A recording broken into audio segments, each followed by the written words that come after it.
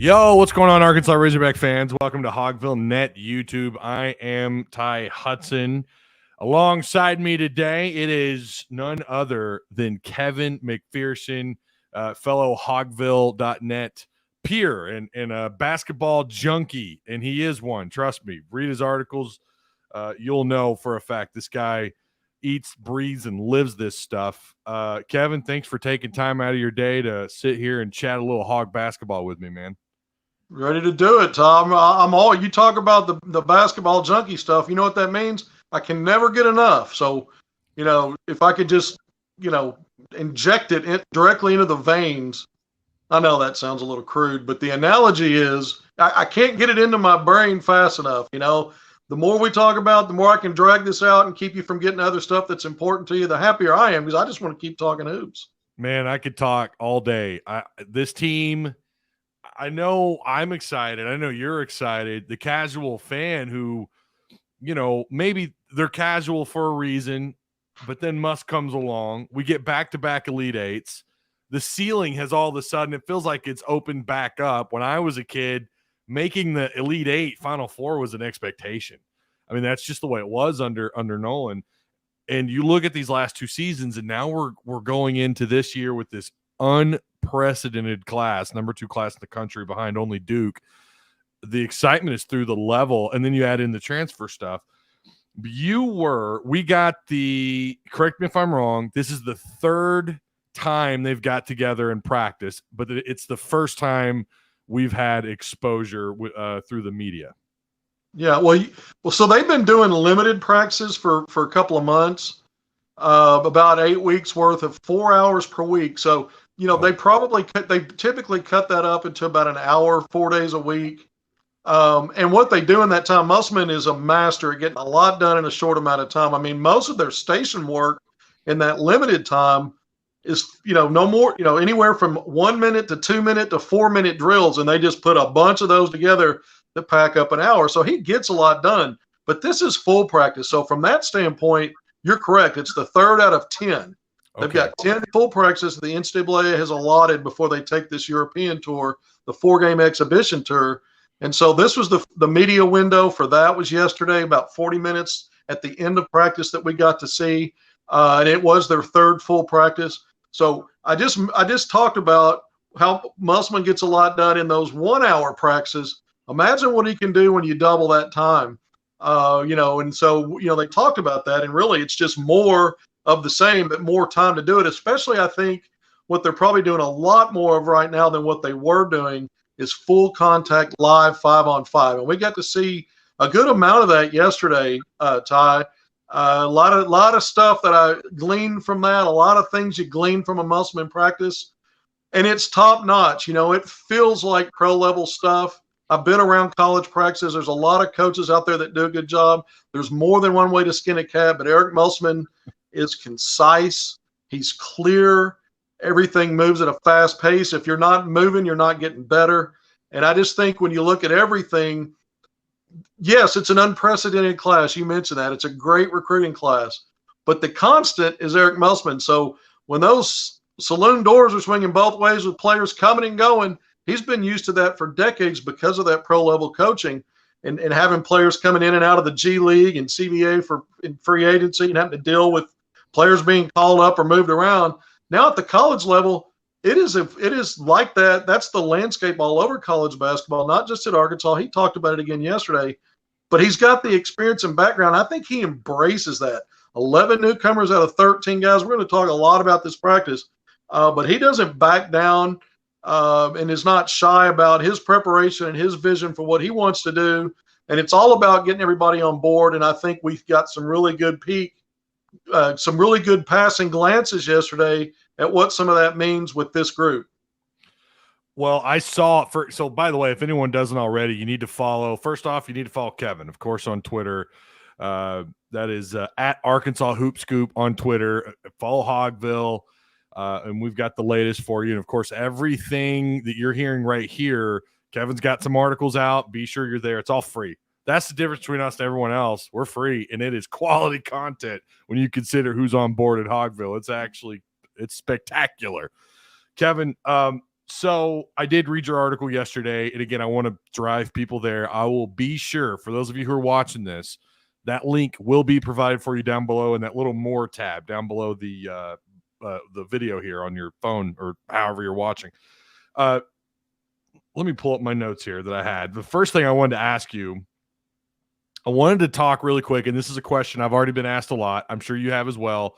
What do you have on the latest as far as fans being able to get or have the ability to watch the Razorbacks play overseas? What's the latest that we have on that? Yeah. It's an important question because, if the fan interest is at a fevered pitch right now, and you went through some of that with the back-to-back Elite Eights, the recruiting, football hasn't started, but fans are dying for as much basketball as they can get, and these foreign tours are rare. Last time Arkansas did one is in 2016-17, so it's been a while. And you're so used to now when the regular season rolls around, at least at minimum having the live stream capability through SEC Network, but most of it's televised on one of those ESPN family of networks, including SEC Network. But this is different. Arkansas is not going to have radio or TV. I know that the men's basketball program is working on live stream packages for this. I'm not sure if it's a matter of just figuring out which one's going to work best and that's capable of handling what it wants to do. If it's that far along where they're just picking and choosing, or if they're still really trying to work out all the details to make sure that it's functional, period. I do know that it's important to the program to get some format of live stream for this event. I don't think it's been resolved yet, Ty, so we don't want to overpromise anything here. My guess is with Eric Musselman, he's one of those guys that doesn't rest until he has his way. And he wants light on this program when it's playing these games, regardless of level of competition, regardless of the fact that it's July. He's building a monster over there, and he wants eyes on it. So I think Arkansas probably figures this out, Ty. And it's August 6th through the 16th. It's coming right up. I mean, it's a 10-day trip, 4 games, 3 in Spain starting out, finishes up in Italy. Whoever they're playing over there, if you're a Razorback fan, you want to see these games. So I think something's probably going to fall in the right place at the right time to make this happen. It's exciting. I mean, it just is. We could go on. We're preaching to the choir here, and of course, you and I are excited about it. Everyone at Hogville. This is just going to be an incredible lead up to the season. Of course, we don't really know yet what the product on the court looks like just yet, but we have a pretty good idea of it. And again, you'll know more if you go follow us on Hogville, on if you go check out the website, free board, all that's over there, the message board and articles and what have you. All right, so you're there yesterday. We're getting some footage out. You've put out some quality stuff, man. I'm sitting here watching this, getting excited about it, and goosebumps, watching it yesterday on my phone. And my wife's like, what's going on? I'm like, you don't understand. We're getting some really good content here on Twitter for free. And I wanted to ask you, see here, I have it typed out here. Seeing what you saw yesterday. Now, in your article that you published on hogville.net, it says Arkansas looks to be Final Four caliber. Now, people have to understand, Kevin's not saying they're going to the Final Four. He's saying they're of that caliber. So what is, Kevin, the very first thing that stood out to you? What was the first thing that just kind of had the wow factor for you? No doubt. It's funny because we've been writing about and talking about all this collective size upgrade, length upgrade, athleticism upgrade. When you looked at the offseason recruiting, again, 11 newcomers, and there was a theme there: get bigger, get longer, get more athletic. So when you walk into the practice, you can write about that stuff all you want, looking at it on paper. Who's this? What's their height? What's their length? Their wingspan? When you see it, and it's all there on one floor together, it just kind of engulfs you. That's the first thing you notice. Most of the media that were there, we were commenting on, wow. And then you start to see them get up and down the floor.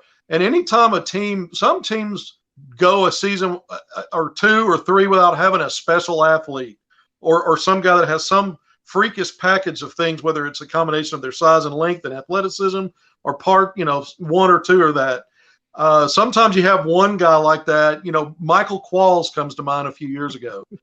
Just a guy that's a Sports Center top 10 highlight waiting to happen. Arkansas's got 3 of them, at least 3 of them. Ricky Council IV, Javon Brazil, and of course Jordan Walsh. So you've got 3 guys that most teams would crave to have. Arkansas's got 3 of them.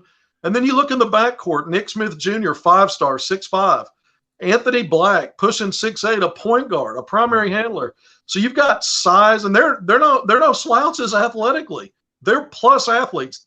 They may not be on the freak athlete radar, but they're plus athletes. So now you're not just talking about what your eyes are showing you. Then you see these guys get up and down, decisions they make, whether it's in drill work, but you learn more when you watch some 5-on-5. And again, it's just part of one practice. But then you see the basketball IQ, and you throw that in. There's a high level of basketball IQ. I think this will probably be Musselman's highest IQ team. I go back 2 seasons ago to the Moses Moody, Jalen Tate, Justin Smith, Devo Davis, Jalen Williams, that group, J.D. Note, 6th man of the year. I think that was his highest IQ team before now. So you've got talent upgrades. Those teams had excellent talent. We know Moses Moody, one and done, lottery pick, super rookie season. But I think there's more guys like that. I think there's, some lottery picks, not one. I think there's multiple on this team. And I think there's other draft picks here. So when you start talking about all of that, size, length, athleticism, some of it's freakish and off the charts. A lot of it's in the plus category. And then you start talking about high basketball IQ. One example, Ty, is guys passed up good shots to make a pass to a teammate for a better shot. You want to see that. You don't want to see too much unselfishness. Somebody's got to shoot. But I thought some of the decision-making where guys could have pulled up for maybe a mid-range shot that was there, defense hedged a little bit and showed help, and then they dump it over their head or down because of all this size and length. They see over guys and can get a layup out of it. So the IQ is there. So just when I talk about all those attributes, that's the building. Those are the building blocks for a Final Four team. You say, well, there's so many other things that go into it. True. But what have we seen the last 2 seasons under Eric Musselman, who is the common denominator? Maybe they didn't have this much talent. I don't think they did collectively. What did they do? Whatever speed bumps they hit, those things got fixed in mid-January. They marched to March, back-to-back Elite Eights, back-to-back final national top 10 rankings, and the best overall record in the SEC in those 2 years. So when you start kind of piecing this together as a puzzle, this looks like it's the caliber and the makings of Final Four. We know team chemistry, getting rotations figured out. This is the newest team he's ever had. He's typically, turned over half the roster right now, 11 out of 13. So there's a lot of stuff that's still got to be figured out. I think this foreign exhibition tour, by the way, is helpful. If it's every 6 years, I think this was the right time for that iron to strike for Arkansas with all those newcomers, because it's extra full practices that you normally don't get. And then you get to play other teams. And then you still have 3 months before your season starts to tinker and figure things out from what you saw going against live bullets, against other competition. So much good stuff there, by the way. I mean, there's so much to talk about. You talk about their length, their athleticism. That was apparent. That was definitely something. I mean, they're going up and down the floor. Again, we all realize that this isn't live against 5 or whatever, 7 other players, 5 guys on the court and whatever. But, they're kind of out there getting to know each other and learning how to play together. But, just watching them play, I didn't have the access that you had, but it clearly looks to me like the talent level, it's the peg has gone up a little bit, Kevin. And that was actually my next question. Could you see that big of a difference? And, not just in the talent, but in the overall athleticism compared to last class? I know you already kind of touched on that a little bit, yeah. But was it that much more apparent that they're just that much better than last year? Again, it's early. We've only seen a little bit, but what's your take on that? Are they just that much better? You think that's probably they're going to have a higher ceiling because of that, and so on and so forth? That's it. I think there's more matchup versatility. They played a lot of small ball since Musselman's been here. Jalen Williams isn't small, but he's one guy. And they've typically surrounded him with 6'6" and under guys. And so there were teams, and Musselman talked about it. I've written about this before, what he acknowledged yesterday, the fact that your season's in 2 years in a row in Elite Eights against Baylor teams and Duke teams that challenged you in ways that maybe you didn't have the roster makeup for that matchup versatility that you needed at those times. And, we know the more you win and the further you go in a tournament like that, everybody's really good when you get that far. maybe some teams are bordering on being great, and you can figure out and identify what you don't have. And I think that's what we see here with that added length, size, athleticism, but not losing. I mean, I think when you look positionally, there's guys that bring different skill sets that make the matchups even tougher for opponents. We haven't seen that yet, but I think it will translate that way. I'll go for an example. We talk about Jalen Williams. He was an under the rim kind of guy. Great rim protector because he would block some shots, set up and take charges. So, he erased a lot of, opposition offensive ideas that they had trying to score around the basket. This team will be more of a true rim protecting team with more than one guy that can get up and swat a shot. And so I think the more matchup versatility you have, now you're not relying on one guy to be a fixer in so many ways. And Jalen Williams was excellent at it, but now you got guys that bring maybe something a little different and in multitude. It's not just one guy that you're counting on. And so then you can change. I mean, Musselman plays a tight 7-8 rotation, but he's got so many options here how he wants that to look. And I think that's the difference now than what he's had in the past at Arkansas and even at Nevada. And I think it blends in with that, that overall recruiting success in this class, the high IQ I talk about, but then just the versatility in the positions. And what I mean by that is Trevon Brazile, 6'10" forward. He's going to be a 4, like a stretch 4, but he can shoot the ball a little bit, out to the 3-point line.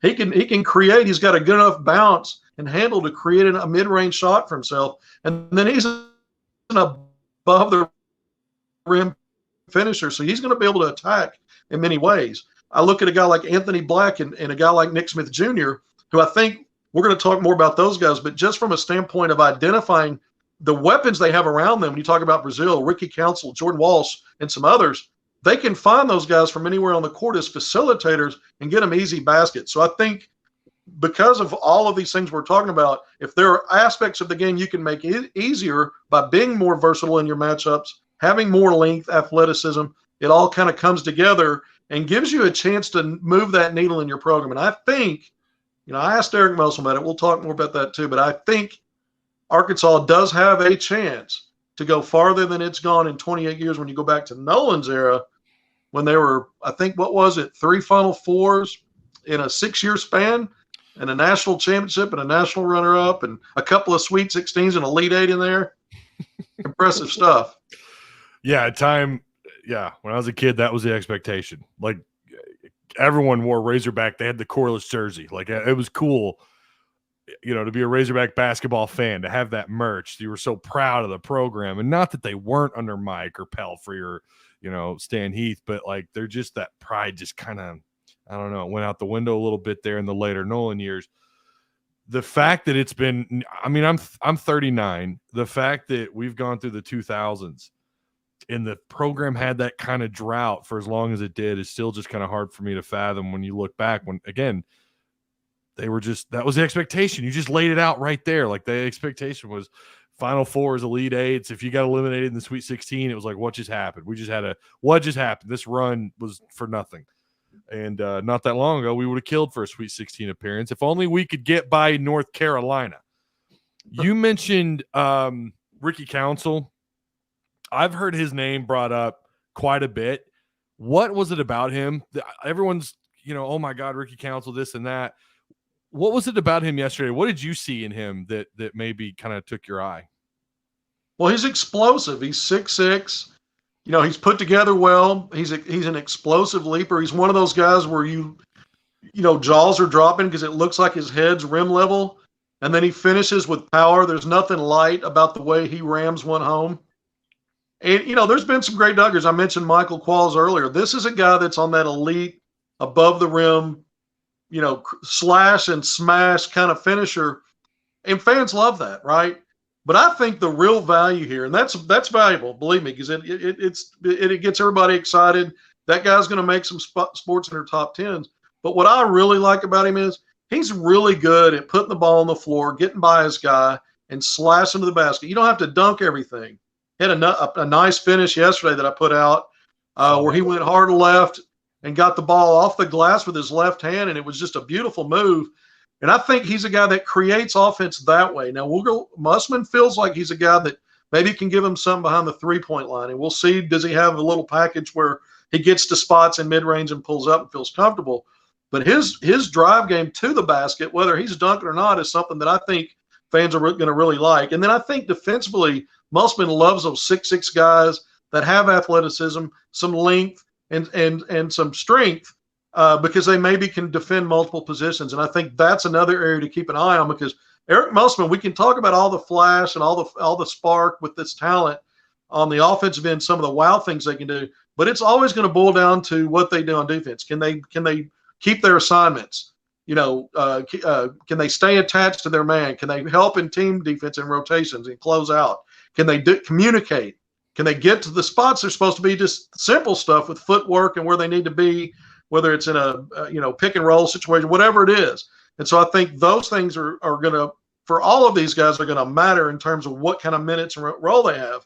But it's so much fun to talk about a rookie council and what we saw yesterday because of some of the spectacular stuff. And yeah, fans probably have been seeing a little bit of this stuff. Some of his dunks in the Performance Center have gotten out on Instagram video and other places. But to get to spend 40 minutes in there and see a few of these plays he made, you just, and it's not just him. It's Jordan Walsh took an alley-oop pass from Nick Smith Jr. from half court and just homed it. Trevon Brazile, who catches a pass in transition and just a drill, and it looks like he's out of position for an easy layup, and he does a Daniel Gafford where he it's almost like a Matrix thing where he's going back and you don't think he's got an angle and he's just easily lays it in, and you're like, well, he fooled me on that one. And your eyes kind of almost, you think are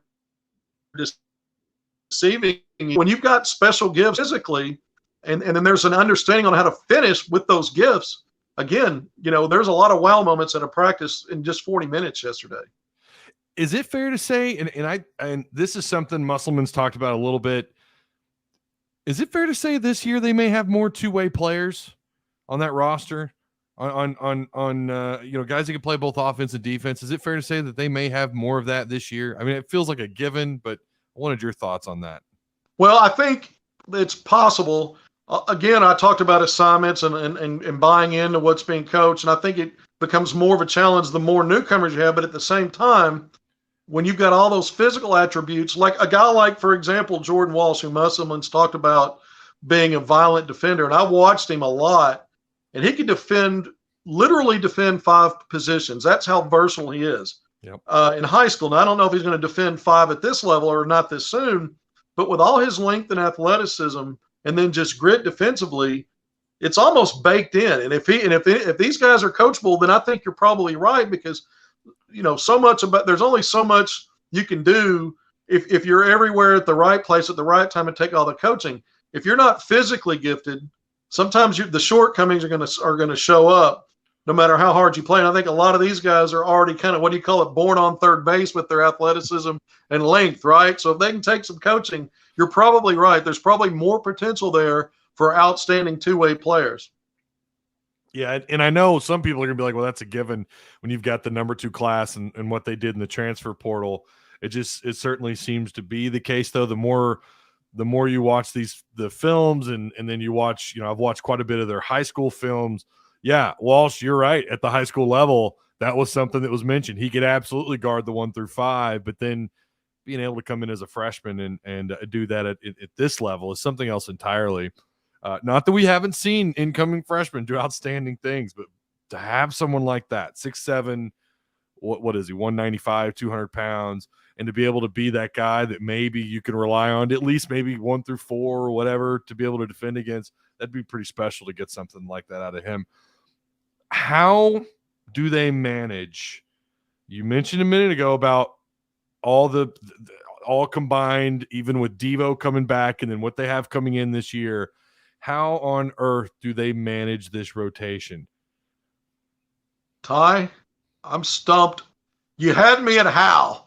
I'm stumped, man. There's so much talent there. And Musselman has a history, 7, 8 guys. I mean, really 7. If you go back and look at it and you really break down minutes game to game, there are some games where 5 guys are playing heavy, heavy minutes, and maybe there's a 6 or 7 guy that check in, have a cup of coffee, check back out. But for the most part, you could say, for argument's sake, there's a 7 rotation. Does that expand to 8, 9? Musselman's got he's got a blueprint for what works for him.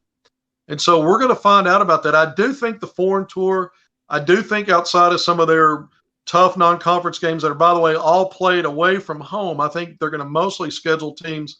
We call them rent-a-wins. You can't, in college basketball, you can't take mid-majors or even low-major Division I teams for granted. You can lose some of those games. But I do think Arkansas is going to have, and Musselman will have a chance to let guys play and maybe figure out and tinker. And maybe there's an opportunity if there's enough trust there to expand it. But until I see it, I don't believe it. So going back to your question, how do you get to a point of dealing with that? It's a nice problem to have because he's got a lot of nice toys up there in the Batman belt, right? The utility belt that Batman wears. He's got that. You know, and I think the matchup versatility may tempt him to expand a bit. I don't know that he'll do it, but it's a fast. That's probably the most fascinating thing to try to get your arms around. You know, last year going into the season, Arkansas was ranked top 15, moved up to top 10 because they won.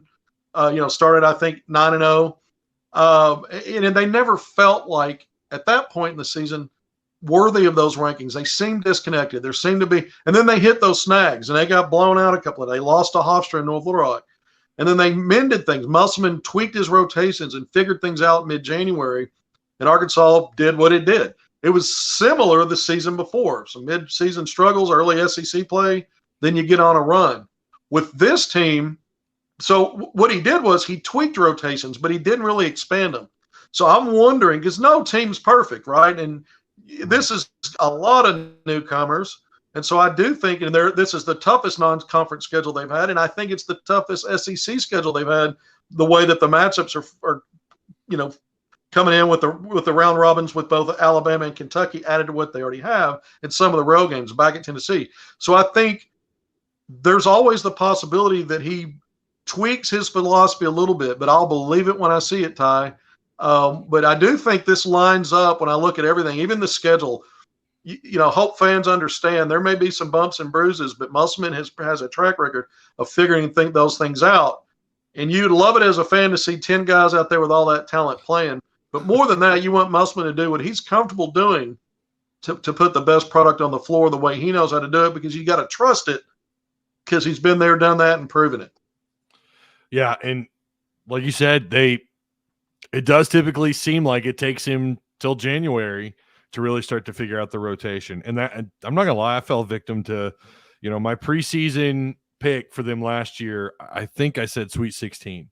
And then when they went through their struggles, they got blown out by Oklahoma, who I thought Arkansas was not a lot better than, but I thought they were definitely better. They get blown out in Tulsa, and he brought that up yesterday at, talking about that blowout. I said, I think I'm going to have to back out of where I put them in the Sweet 16. I don't know unless they get this thing figured out. Lo and behold, they do just that. They make the adjustments, and the rotation's a little bit more solidified.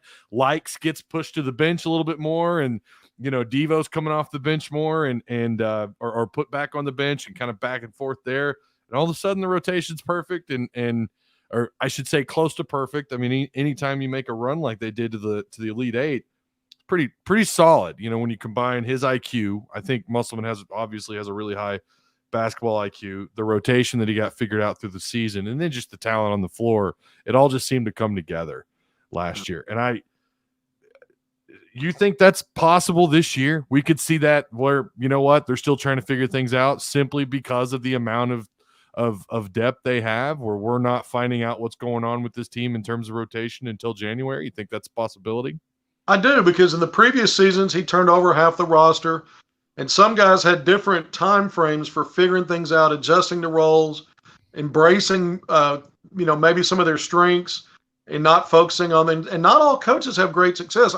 There's been coaches that have had great recruiting success, maybe not as good as Arkansas's got this year, but maybe close, that can't put it all together.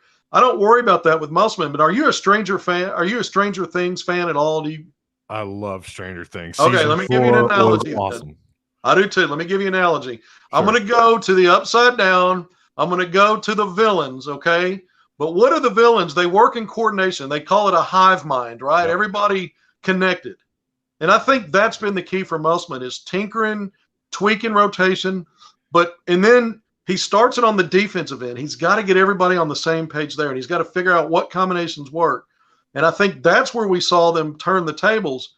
And when you're doing something really well and you've got that hive mind, other things kind of correct themselves. Arkansas wasn't a great 3-point shooting team, but they dug in, they got really tough defensively, and it translated to other parts of the floor. On the other end, yeah, maybe they weren't a great 3-point shooting team. Maybe they didn't have the best decision-making and floor leadership, but they had fixers, and they had guys that were blue-collar, and they found ways to get the free throw line. The top free throw shooting team in the country, look at attempts and makes. So Musselman figures out what he has and how to make it work. And then on top of that, on the other side of that, the upside down of that, he can take your roster and pick it apart. He's thinking in advance of the season what he's got on his schedule and already scouting stuff, thinking about it. He probably spends more time than any coach out there figuring things out well in advance. And then when he's there, he's so prepared. And then he knows how to do it just right, though. He doesn't overthink things. And I think that's what makes him special as a planner, knowing what he's got and figuring it out to be its best, and then knowing what you have and knowing how to attack it and make sure his guys are the best that day. And one of the things I think is interesting, if you look at Arkansas the last couple of seasons, a lot of close games, a lot of comeback wins. But you look at the last 2 or 3 possessions of the game, 2 or 3 minutes, and you know, when you have to be better, and I think he's won more of those. So even the in-game adjustments, whatever needed to be done. And so I throw all that into the mix to say, I do think if Arkansas goes through some struggles, Eric Musselman knows how to come out the other side of it, not just kind of smoothing it out, but they've excelled. They've been excellent on the other side of struggles the last 2 years. Arguably a top 5 team after that point in mid-January, which if you're playing your best basketball that time of the year and you're saying, well, this is one of the 5 hottest teams in college basketball, then yeah, you're going in the right direction and you're on a roll, and that's where you want to be in March. So I love how you meshed in Stranger Things there, man, because I love that. And what I'm also hearing is that maybe if they get this thing straightened out, if they get the rotation figured out, and they get past all that, and like you mentioned too, I love how you said he dissects defenses, because that's exactly what he does, or their other teams, I should say, dissects what they have on their roster, and he's able to cut through it. Are you telling me we're going to get a Master of Puppets guitar solo by Eric Musselman at some point this year? Because I would pay big money to see that, Kevin. We need a I think we need a guy that's got more hair than Mus, to do the Eddie Van Halen, the Eddie Van Halen ripoff. I think Stranger Things does a great job of paying homage to the 80s and every character in each season. But I do think I did come up with one last night on my drive back to Little Rock. We need a poster from an iconic movie. You remember Full Metal Jacket? Oh, yeah. Big time movie. Some people may not like it, but most people did. Classic from the 80s. Do a full Mus jacket with somehow you incorporate Mus on that movie poster, which was iconic. But that we're ready to go. We're ready to fight. We're going to tweet this at I don't know. That's just one idea I had. I when you're a basketball junkie, like I said, you're constantly jonesing for something to think about basketball wise, whether it's in fun, because that's the thing about Musselman, that he embraces. We can talk about all this top 10, Final Four. They're winning the national championship in social media. They have since he's been here. It's not even close. And I think that's what helps the momentum in your program, is staying topical. The news cycle never ends, being unique, being fresh, getting outside of the box. And he does that, and he embraces it. And I think, it's stuff like that where you bring up something fun like that. But they'll come up with stuff too this year that'll make it fun. It won't be just a matter of on pins and needles and on the edge. Are we going to be good? Are we not going to be good? They know how to have fun along the way. And I think that helps the program. I think if we hand out a social media national championship, you can just give the trophy to Arkansas every year and just let them keep it. Let them hold on to it. And they're crushing it. They are. And football does pretty well. Their PR, they do pretty good. This is all Mus. This is all Mus on Twitter and all of his antics. And some people, that was something some folks were like, well, maybe he should focus on the team. It's like, yeah, but he's doing both, man. He's he's doing the PR thing. He's doing the marketing thing on Twitter. He's putting out these great videos that are quality content. It's all free. You guys know how I am about free. I love free. And then you have what's going on with the product on the floor, and it's working. And is it having an impact on recruiting, Kevin? I think so. It does, because it all snowballs together. If you're not winning, people are going to be skeptical about that stuff. If you're not recruiting at a high level, but you're winning, then fans are still going to be skeptical. Like, why didn't you win? Recruiting is its own sport. It is. People fail to go back and look necessarily at the actual results to say, well, was the recruiting class good? Or, well, did you succeed with it? They just want to win the recruiting awards as much as they want to win. But when you're doing all of it, and then you back it up, when that social media comes in and it's fun, it's exciting, and you're seeing you get more exposure when you're winning. You get more exposure when the deeper you go into March. You get more play for next level basketball, pro level, when you've got coaches on the staff led by Musselman with all the NBA experience, understanding what's expected of you and how I can convey that to you day in and day out at practice. I'm not only conveying it to you in NBA instruction, because we do NBA things around here using terminology, plays we run, but I'm talking to you about how to be a pro, how to be on time, your body language out on the court, even when you're off the ball and the camera may not be, everything, because people are always looking. So I think all of it snowballs, and the snowball's getting bigger. Nolan Richardson called it feeding the giant. Musselman we can say, well, it's only been 2 years. Well, he's only been here 3 years. We're going into year 4. He's got his best class, and he's shown us the myriad of ways that he finds success. Not good success, not bordering great. You have to say that Arkansas is among, right now, the top 10 programs in the country. I wrote about that's the lead in my story yesterday, and knocking on that door of top 5. And, you want to see it sustained. You want to see more, but social media, recruiting, success on the court, all of those things, there's not a missing piece right now. In fact, I would say that in some ways, like I said, especially going back to the social media and the exposure of the program, what do we think these kids are looking for? They don't want to just get better. They want a brand. NIL is a big deal, but part of their branding is being with a program that's got things going. And so the program is smart to be it on social media every day, shouting it from the mountaintop. We got it going. And that's what they do. And they're backing it up. Their product, football field, better. Baseball, they haven't brought home the College World Series hardware yet, but they get to the College World Series. That's the expectation. Basketball, the product on the floor, we know what they're capable of doing. We know what they're capable of being, and then they're backing it all up with recruiting, like you said. It's a great marketing tool to not only be able to win, but to also, like you said, shout it from a mountaintop, because that's what Muss is doing. He's winning. They post those analytics about like his, I think it's his engagements or views or something. Right. He's always at the top, and it's a country mile lead that he has over people like Coach Cal and so on and so forth. Yeah. And imagine if that was the only piece of the pie that he had. Some fans would like it, but some would be critical. But again, when you're putting down excellence in all the areas that matter, why would you leave any part of that out? Exactly. If you're winning on the court and you're having some success in recruiting, maybe I'll pump the brakes a little bit maybe I'll give myself a break here. I don't need, no, this guy stays on it. And everybody else is, I'll take it from Talladega Nights. Ain't nothing wrong with silver.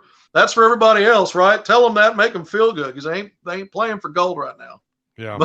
Not with social media. Muss has got that. Yeah, and if you're a fan, and I made a video about that on, I think I made it for Hogvillenet YouTube.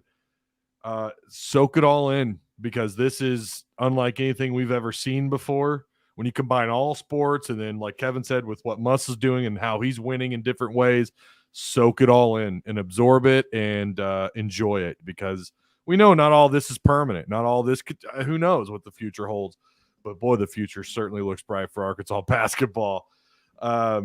Kevin, do you have anything else you wanted to add to this? I'm going to tell you, this was a hoot. This was a lot of fun. I really want to talk more about some of the individual players. I just got to tell you, Yeah. Nick Smith Jr. is a pro. He looks the part. I think he's going to be Arkansas's leading scorer. I think he's going to set other guys up. I think Anthony Black is a pro. I think Jordan Walsh is a pro. I think Trevon Brazile is a pro. I think Ricky Council. I think Devo Davis is going to have opportunity. This team, when you're there in person and you get your first look at them together, because I've seen all these guys, a lot of them I've seen in person for years, but when they're together and you see all of it, you almost can accuse Musselman of trying to put an NBA product on the floor right now. And why not? Why shouldn't he? He's got all that experience and he's figured out how to succeed at this level. We say all these things, all the superlatives. Obviously, a season has to play out. We're still in July. It's true. And so we say these things now, and I set myself up for criticism later if things don't go like that. But again, I go back to the common denominator, Eric Musselman. No matter what seems new or different, a lot of shiny new toys. Got to play it all out. But I don't think Musselman's going to rest until he figures it out, and we know that. And when you got all that, you can go out and do some damage in college basketball. And our next time, we need to spend some time on some of these individual players. But I want to kind of lead with that because as much as we want to glorify Musselman, and we should with what he's accomplished, rightfully so, it's also about the players. And they got to buy in and they got to bring those talents and that next level stuff together. And I already see that cohesiveness playing out in a 40-minute window of practice, and guys not looking good because they made someone else look good, not because they were making themselves look good and putting themselves above the others. And I thought that was impressive. Well, next time we do this, we're going to do exactly that, Kevin. I didn't want to hit you with individual stuff too much because I didn't know if it was too soon, if we wanted to wait a little bit, but you're right. Next time we do this, we're going to talk about these individuals because again, this is just an incredible class. Then you have the transfers. You've got Devo back. There's so much here that we've gone 40 something minutes here, and it's still, there's so much more we could cover. So we are certainly going to do this again, Kevin. I wanted to draw it out to an hour. Those land speed records? This would be the opposite of that. The slow land speed record. How long can you take to get to the finish line? Yeah. But I guess we'll keep it. We'll cap it at 45. Okay. Yeah, I know. You and I both are itching. To keep this going. And I had another question and I lost it because I didn't type it out. No, I was giving you an out. I was giving you an out. We don't have to keep going. We can save some for next time. You were trying to bail me out. All right. Well, fair enough. Well, yeah, so we will do this again. Kevin and I will have another interview, and we're going to go into the individuals. We're going to talk a little bit more. And we're also, Kevin, we're going to talk about the schedule when we don't have an official. Well, we know the 18 SEC matchups. We just don't have playing dates for those and times. Yeah, the dates, right. But we know the matchups. We know for sure 5, right, as we do this now. They've released more scheduling stuff while we're on here. I don't know about it, but 5 non-conference games that are set. And then we know the teams in the Maui Invitational, those matchups specifically haven't been set. So we got plenty to talk about there. And then we can also drill down on specifics within the team. We can talk about the above the rim stuff and spend time just on certain little aspects because I can go on, and I will. I know. And you and I have talked on the phone multiple times and texted and whatnot. So I know your plethora of knowledge is it is a sight to behold, and I enjoy every minute of it. First time we talked, as a matter of fact, I forgot, maybe it was Anthony Black, maybe it was his commitment, I don't remember, but you laid out for 15, 20 straight minutes what it is that makes him so, fantastic and all this stuff. And it may not have been Anthony Black. I can't remember who it was, but I just remember thinking I really should have pencil and paper right now because he's giving me some good stuff. But you're definitely the go-to. And again, you guys can find him on Hogvillenet. Be sure and follow him on Twitter as well. It's as I've mentioned about 100 times, it's all free, baby. Why not? In this economy, come on, with the recession and all this stuff and the price of gas, take the free because it's there and it's yours for the taking. Yes, next time we're going to dive into a lot more, Kevin. I do appreciate your time, my man. You're right, man. You know what Hogville is? What is Hogville is free choice cut steak. The old saying, you get what you pay for. It's inverted. It's the upside down. Yeah. It's free choice steak cuts. Mm. And I got a feeling the rest of it is playing for silver. I'm going to leave it at that. All right. Until next time, guys, thanks for watching. Make sure you like, share the content. And if you haven't already, subscribe. This channel's growing. We're building this thing up from the ground up. We're building it up, and it's been a blast. These interviews with Otis Kirk, with Kevin McPherson. I've got some more stuff down the pipeline, more edited content coming your way, all here on Hogvillenet YouTube. Thanks a lot, guys.